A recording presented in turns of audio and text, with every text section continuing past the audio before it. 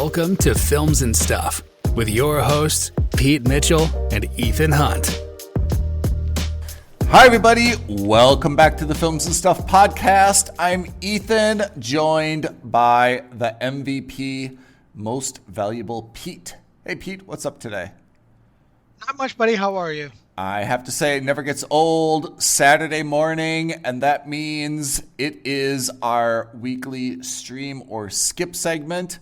I introduce it, as I just have, and then I let you let it rip, where you remind everybody, returning listeners and new listeners, what exactly is the concept behind our stream or skip segment? All right. So Ethan and I have prepared lists of TV shows for each other to watch.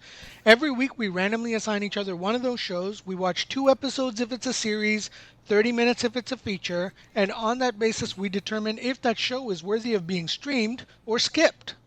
Oh, man. We are locked and loaded today. Shall I go first? Please do. I had on Paramount Plus the spin-off / sequel, Dutton Ranch, which was originally supposed to be season 6 of Yellowstone, Kevin Costner's Yellowstone. But instead, it's kind of now a spin-off called Dutton Ranch. And it follows, if you've seen Yellowstone, you know these characters. It follows Beth and Rip as they have relocated to Texas.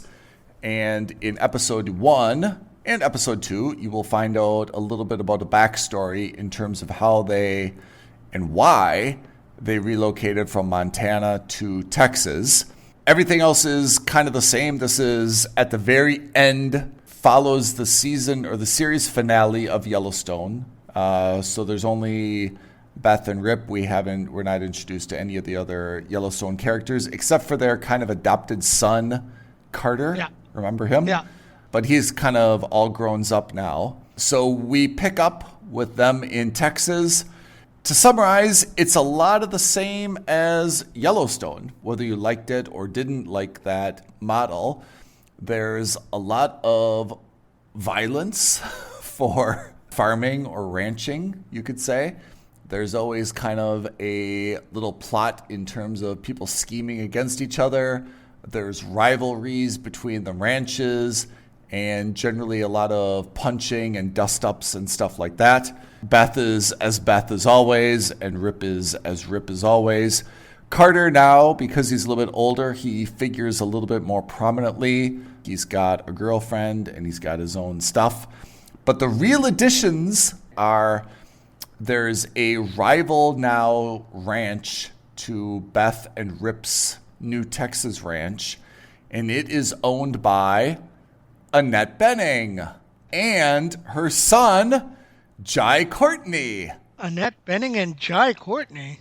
Yeah. So okay. Annette Bening plays a character named Beulah Jackson. She is, I guess, kind of widowed. She's got 2 sons, but Jai Courtney is the more prominent kind of problem child son. Also starring Ed Harris as a veterinarian who has a little bit more of a prominent role than you would imagine just based on him being a vet. So I watched the first 2 episodes. It's on Paramount Plus.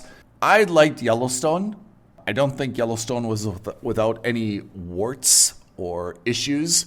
It could be extraordinarily violent for something that allegedly took place in a very low population state. There seemed to be a lot of just significant schemes going on in the background. And if you like Beth and Rip as a couple, then obviously this is very faithful to that. If you're kind of tired of Beth's constant, I don't know, she's so melancholy, right? And Rip is so few words, right? Strong and silent type. Yeah. So, I mean, if you like their dynamic, you will definitely like this is a continuation of that.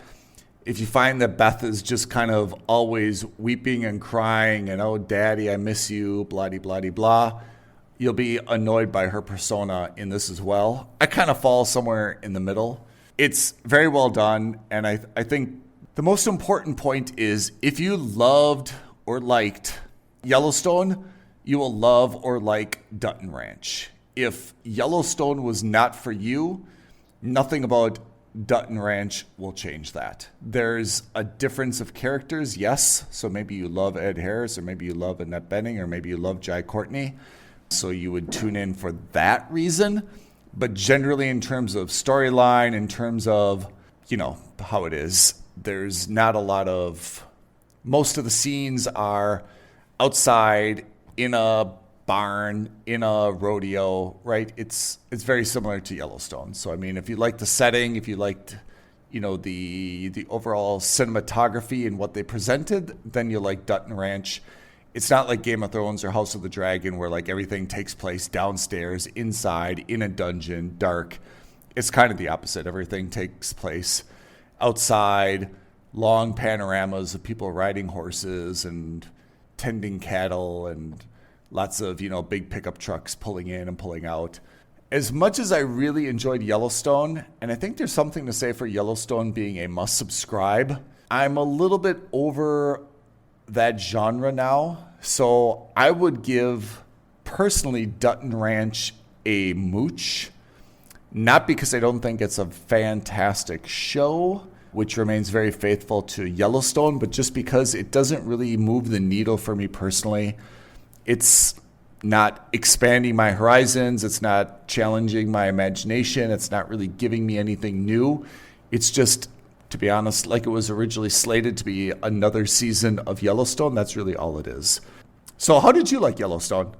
I liked Yellowstone. I didn't mind it. I thought it started to get a little over the top, especially with this the military murders, the suicide, murders and this and the plotting, and it's just, look, I mean, it makes for good television, but it was really a down-to-earth, grounded drama in the beginning, and it just went way over the top. It went from clashes between the Native American reservation and the quote-unquote white farmer who bought their land for cheap in season 1, all the way to this paramilitary organization has been hired by a private equity firm in New York to kill Kevin Costner so that he's forced to sell the land super cheap, which is, one hell of a jump over 5 seasons.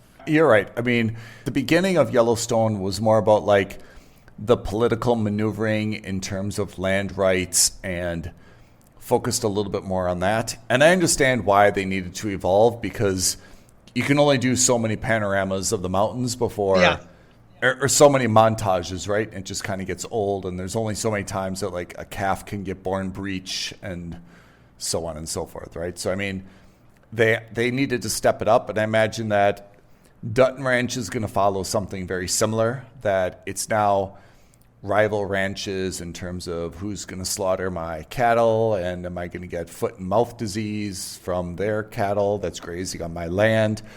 And I'm sure it's going to escalate into something far, far more dramatic. So the formula is the same. It just takes place in Texas rather than Montana. So I think that's probably the best indication of whether or not you will love this, like this, or dislike it is your feelings towards Yellowstone. So Annette Bening has replaced Kevin Costner. Jai Courtney is a nice addition, I have to say. That's kind of given it a little bit of a injection of life, because Rip and Beth, honestly, I find them to be a little bit dull. And I mean, Beth is always moping about something. So right. That is Dutton Ranch on Paramount Plus. Okay, so moving swiftly along, and in a way relatively related, I saw a show on Netflix called The Abandons. The Abandons is a Western drama, so think of it kind of like Yellowstone, right? It's a Western drama, but it's set in the 1850s. And it stars Lena Headey, Cersei herself. Oh, yeah, Cersei. And Gillian Anderson, Oh, X-Files. X-Files, that's right. So two powerhouse actors, right? Really strong female leads. It's set in, I'm sure they mentioned it, but it was some generic Western silver mining town in North America. Gillian Anderson plays the matriarch who owns the silver mining company that's basically keeping this town afloat. Okay. Her mines are starting to produce less, so she wants to go after another parcel of land that is owned by Lena Headey's character. But of course, Lena Headey does not want to give up her land. So it's this drama about how Gillian Anderson is super cutthroat, wants to acquire the land for the silver ore, but because they're not selling, she starts doing all this hanky-panky, like they act as rustlers, and what they do is in the middle of the night they set fire to the ranch, they break out the cattle, and they're just applying a lot of dirty tactics to try to get them to sell. The way that you're presenting it, it sounds pretty good. Yeah, it's okay. Don't get me wrong. Like, it sounds fine, but so far it's also very generic. Like, this isn't anything surprising. And then, of course, Gillian Anderson has 3 kids or 4 kids. One of them is the kid who's clearly going to take over from the mother because he's got his head on straight. He's the quote-unquote good son. He knows the business. The other is the hot-headed son who's good-looking, but, he acts by the seat of his pants. Like, Then the third is this young girl who also is very adventurous. And because the 3 of them, and because the family is so prominent in town, everyone kowtows to them, including the mayor and the sheriff. And so even though everyone knows that they're the ones behind all the crime, they can't really do anything about it. So like in the first episode, the young hot-headed son sexually assaults one of Lena Headey's daughters, and in that process gets killed. The son gets killed. So then it becomes a question of, well, we got to hide the body because no one can know that Gillian Anderson's son is dead, and dead because of us, because otherwise we're all toast. And then, of course, Gillian Anderson has questions as to where her son is. She hires a bounty hunter to find him. It's nothing we haven't seen in other shows. The problem is that everyone is super, super, super flat. Lena Headey's character is not great, not likable. Gillian Anderson's character is not great, not likable. I mean, we were talking about Yellowstone a few minutes earlier. Yellowstone, even the guys that were bad guys had good character, Remember when we saw Sawyer from Lost? He was one of the bad guys. And how he was dealt with, like you were like, yeah, that's a compelling bad guy. This is not that great, and like I don't know. I saw 3 episodes. No, I saw 4 episodes, and there's only 7. Whoa! After the first season, Netflix canceled the second season because it's not been well received. I didn't like it. Like there was nothing in it that was like, wow, this is a must watch for me. And like I was just struggling to continue watching beyond that. So for me, this is, despite the fact that I watched more episodes than I should have, this is a skip for me. Oh, it's too bad because I kind of like the storyline. Yeah, we haven't really seen a lot of mining. Yeah, but that's the thing. We don't really see any mining either, right? Like it's just unlike Yellowstone where we see a lot of ranching. Yeah. Here we don't see anything. We're just told that she's a magnate who owns a silver mine, and that's it. Mining is not very photogenic, right? No, not at all. I mean... But to be frank, and to be very fair, if you had told me before I saw Yellowstone that you should watch this, ranching. I would have said the same thing. Yeah. Ranching isn't exactly a sexy or photogenic thing. It's a bunch of guys on horses and cows.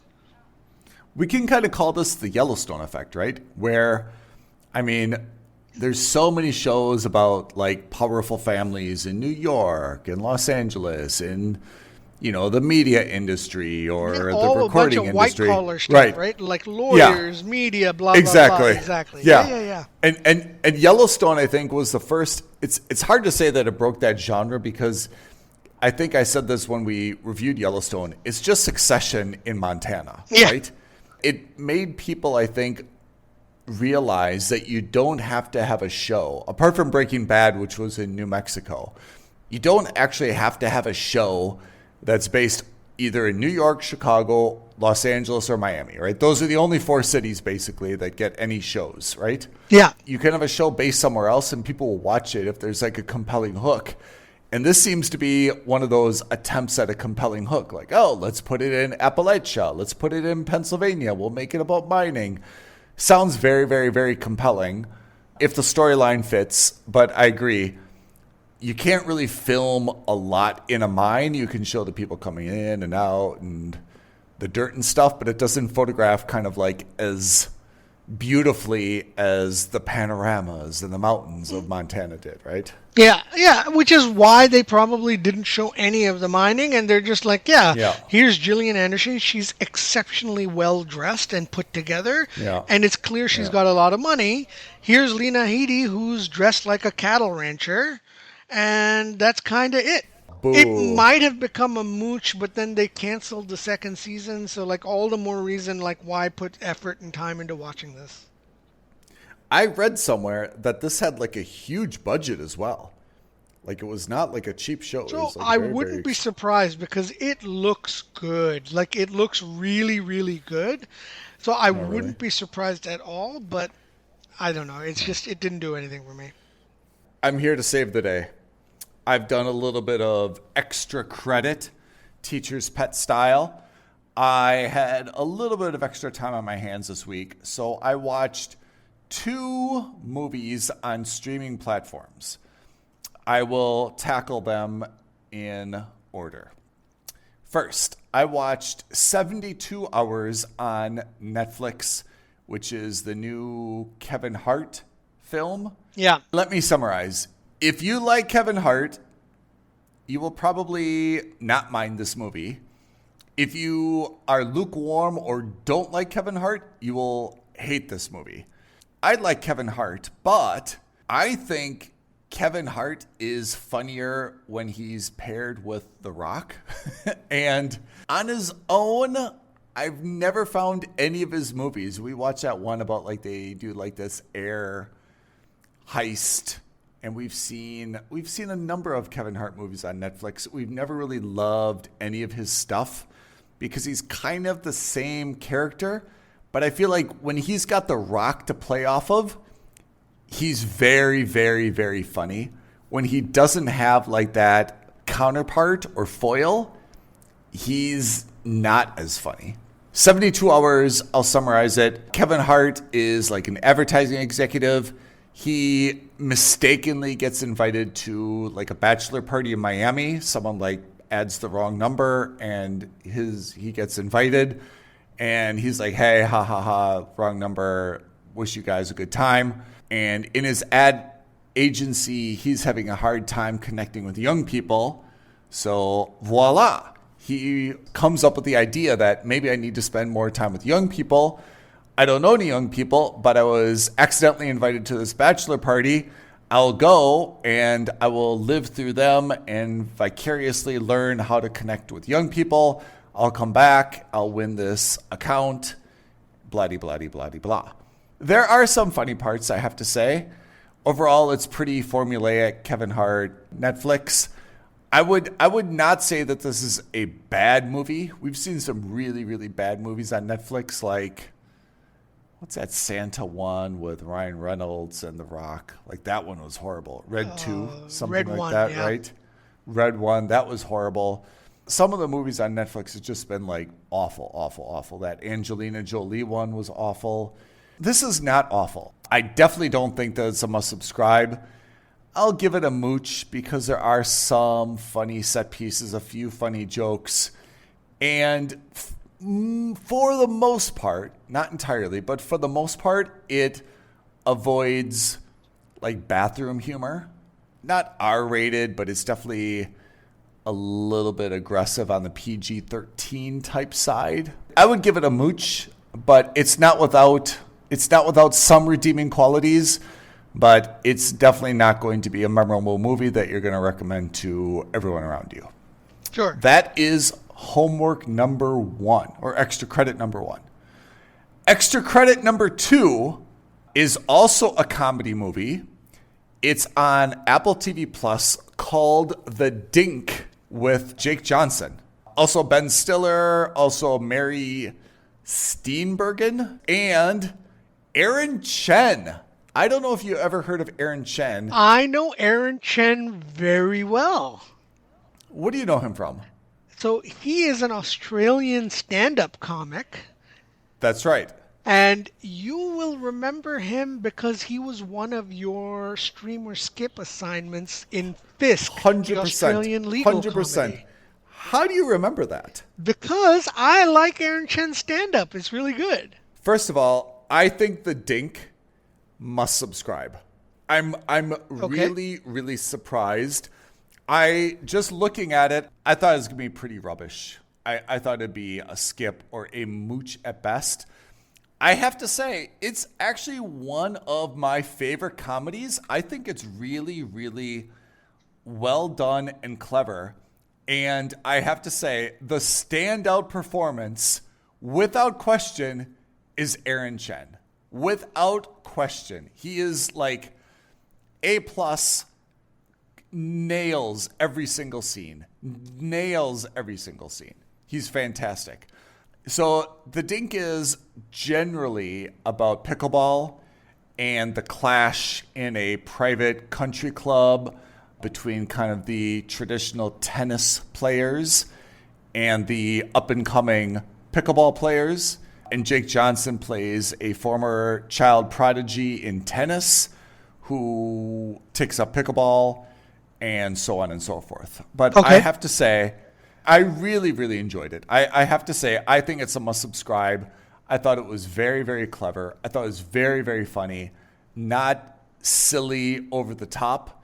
If I was writing a movie, I would pray that I had the same inspiration or creativity. Like, there were just some really, really funny, like, running gags and jokes and just, like, scenes. I thought it was really fantastic. And since you and I share a sense of humor, I think that you would equally enjoy it. I'm so glad to hear you say that. Honestly, it's because I think it's been a long time since I've heard you talk this highly of a new comedy. And generally speaking, I'm far more forgiving about comedies than you are. Yeah. If you knew Aaron Chen and you thought he was funny because of his stand-up, you will absolutely, absolutely love his character. He just nails every single scene. I would expect after this that he's going to be featured in a lot more, either his own series or in other movies, but he really, really nailed this character. Jake Johnson is very good. I don't want to take anything away from him, but I would say that it was less his character that's funny and more kind of the set pieces, the scenes, like the running jokes. It was very, very well done, I have to say. So that's The Dink on Apple TV Plus, which I give a must subscribe, and 72 Hours on Netflix, which I give a mooch, but if you would skip it, you're really not missing anything. And then, of course, my original assignment, Dutton Ranch on Paramount Plus, which for me is a mooch. Excellent. I appreciate that. And I will be watching The Dink very shortly, so I will get back to you on that. What do we have in the next round of Stream or Skip? What I thought we would do this time that's slightly different is I'm assigning both of us movies on Netflix. You are watching Sacha Baron Cohen's latest movie, Ladies First, and I am watching John Cena's latest comedy, Little Brother. Oh, man. I love John Cena. All right. Hey, if you want to swap and watch Little Brother, you watch that and I'll watch Ladies First. Either way, those are the two movies that we have to watch. I'll do Ladies First, but if I've got some extra time, maybe I'll check out Little Brother as well. Yeah. Okay. Pete, before we sign off for the day, do you want to read off our YouTube social media creds? All right, so leave a comment below, like this video, subscribe to our channel, and do not forget to hit that notification bell so that you know when the next episode of the Films and Stuff podcast drops for you. Pete, thank you for your contributions today. Listeners, thank you for tuning in. We shall see you next week, next episode, Films and Stuff podcast. Thanks, everyone. Thanks, everyone. Thanks, Ethan. Thank you for listening to another episode of Films and Stuff.